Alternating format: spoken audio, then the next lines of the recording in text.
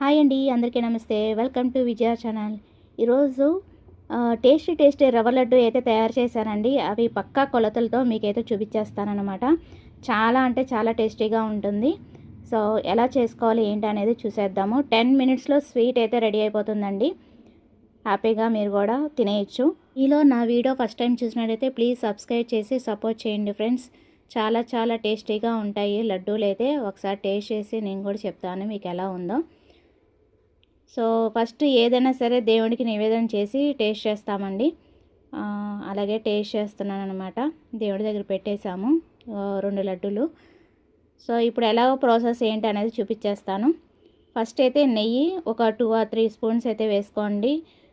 కిస్మిస్లు ఉంటే కిస్మిస్లు, జీడిపప్పులు అయితే వేయించుకోవచ్చు దీంట్లో. నా దగ్గర కిస్మిస్ లేవన్నమాట. నేనైతే జీడిపప్పులు ఉన్నాయి రెడీగా. సో అప్పటికప్పుడు అనుకొని చేస్తున్నానండి. ఈ స్వీట్ అయితే చాలా టేస్టీగా వచ్చింది. ఎక్కువ సున్నుండలు, నువ్వుల ఉండలు తింటే హెల్త్కి మంచిదన్నమాట. సో ఇది కూడా తినాలనిపించి చేశాను. నాకు యాక్చువల్లీ రవ్వ లడ్డు అంటే చాలా ఇష్టం అనమాట. సో అందుకని ఇదైతే చేసేసుకుంటున్నాను. సో మీ అందరి కోసం చూపిస్తున్నాను అనమాట. ఇప్పుడు బియ్యం డబ్బా అందరి దగ్గర ఉంటుంది కదా, ఆ డబ్బా కొలత చెప్తున్నానండి. డబ్బన్నర అయితే తీసుకోవాలి. డబ్బన్నర రవ్వకి, బాంబే రవ్వకి ఇలాగా ఒక డబ్బా పంచదార, యాలక్కాయ మిక్సీ వేసి చేశానండి. మిక్సీ చేసేసుకోవడమే. పంచదారని మిక్సీ చేసేటప్పుడు యాలక్కాయ వేసుకొని ఒక 2-3 యాలక్కాయలు వేసుకొని చక్కగా, అంటే ఆ ఫ్లేవర్ అంటే మా అబ్బాయికి ఇష్టం ఉండదు. సో అందుకని నేను తక్కువ వేసుకున్నాను అనమాట. ఒక 4 అన్న వేసుకోవచ్చు యాలక్కాయ. నేను డబ్బా చూపిస్తున్నాను కదా, ఆ డబ్బాన్నర కొలతతో తీసుకున్నాను అనమాట బొంబాయి రవ్వ. అలాగే జీడిపప్పు వేయించాను కదా, అలాగే పాలు కాచినవి అన్నమాట. ఈ గ్లాస్లో వేడిగా ఉన్నాయి.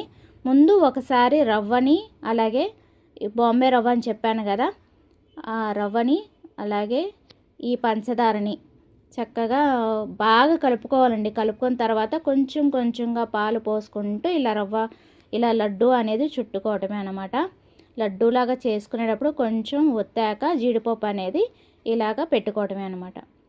సో చాలా టేస్టీగా ఉంటాయండి. తొందరగా అయిపోతుంది. మేము ఎప్పుడు చేసుకున్నా ఒక 20 అలా చేసుకుంటాం ఫ్రెష్గా. ఇదైతే బయట నిలువ ఉంటుందండి.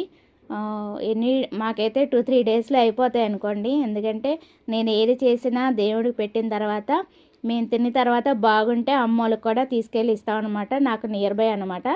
సో వాళ్ళకి కూడా ఇచ్చాను. చాలా బాగా నచ్చింది వాళ్ళకి కూడా. సో డెఫినెట్గా మీరు కూడా ట్రై చేయండి. చాలా బాగుంటుంది. Thanks for watching. Bye friends.